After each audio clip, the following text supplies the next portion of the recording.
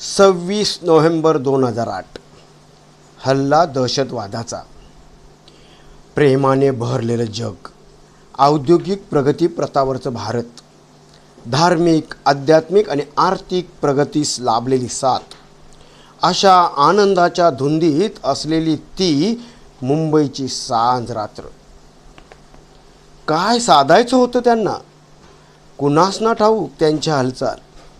बेगुन्हा, गरीब, मेहनती मच्छीमार माणसांचे घेऊन प्राण राक्षसांनी गाठली मुंबईची किनार.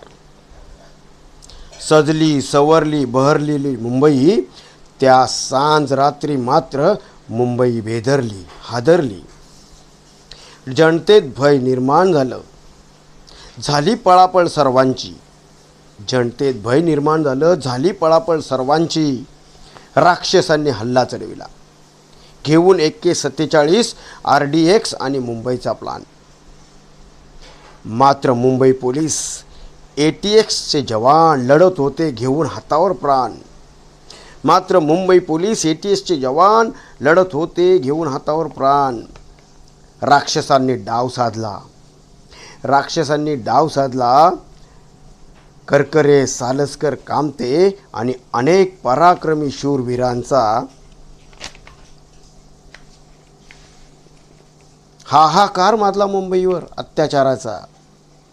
हल्ला सुरू असताना निरापराध सामान्य जीवांसाठी जीवाचं रान करणारे पोलीस प्राण देत मुकले सर्वांना सुरक्षा देण्यासाठी.